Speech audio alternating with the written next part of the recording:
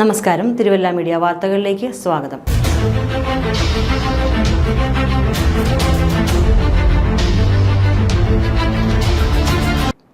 Visa തട്ടിപ്പിനിരയായ യുവതി തൂങ്ങി മരിച്ചു. ഭാര്യയുടെ വിയോഗം താങ്ങാനാവാതെ ഭർത്താവ് ആത്മഹത്യാ ശ്രമം നടത്തിയെങ്കിലും പോലീസിന്റെ സമയോചിതമായ ഇടപെടലിൽ രക്ഷപ്പെട്ടു. തലവടി മാളിയേക്കൽ 34-കാരിയായ ശരണ്യാണ് തൂങ്ങി മരിച്ചത്.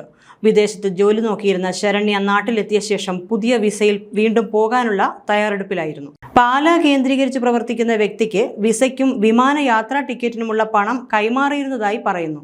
വിദേശത്തേക്ക് പോകാനുള്ള വസ്ത്രങ്ങൾ വരെ പായ്ക്ക് ചെയ്ത ശേഷമാണ് വിസ തട്ടിപ്പ് അറിയുന്നത്.